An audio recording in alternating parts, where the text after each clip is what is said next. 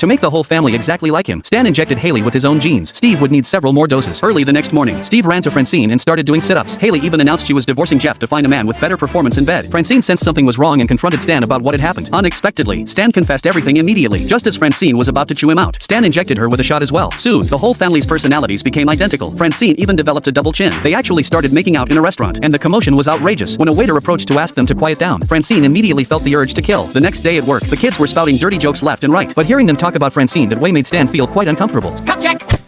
It's 6:20 in the morning. Cup check! We already knew I didn't have one. Stan couldn't figure out why his family had become so violent. Then it hit him. Even the supermarket clerk had developed a double chin. It turned out the kids were behind the whole thing. Before long, everyone in town had a double chin. The residents fought constantly and even changed the name of the town. Stan rushed home in a panic and chewed out Steve and the others for what they had done, but the kids just mocked him. Stan tried to go to the CIA to find a way to turn everyone back, but he was knocked out as soon as he stepped outside. When he woke up, he found himself tied up in a basement, but a few ropes couldn't hold Stan. He managed to escape and ran to the CIA to beg a doctor for help. Stan couldn't understand why everyone had become so violent after being injected with his genes. The doctor explained that a person's personality is shaped by a combination of innate genes and the environment. It was precisely because he had such a weak and lazy family that the current Stan was created. To reverse the situation, they needed to find the genes of someone with traits completely opposite to Stan's. So Stan kidnapped Tuttle and released mosquitoes carrying Tuttle's genes at the town's RV betting competition. The genes carried by these mosquitoes were able to neutralize Stan's genes. In the end, everyone returned to normal.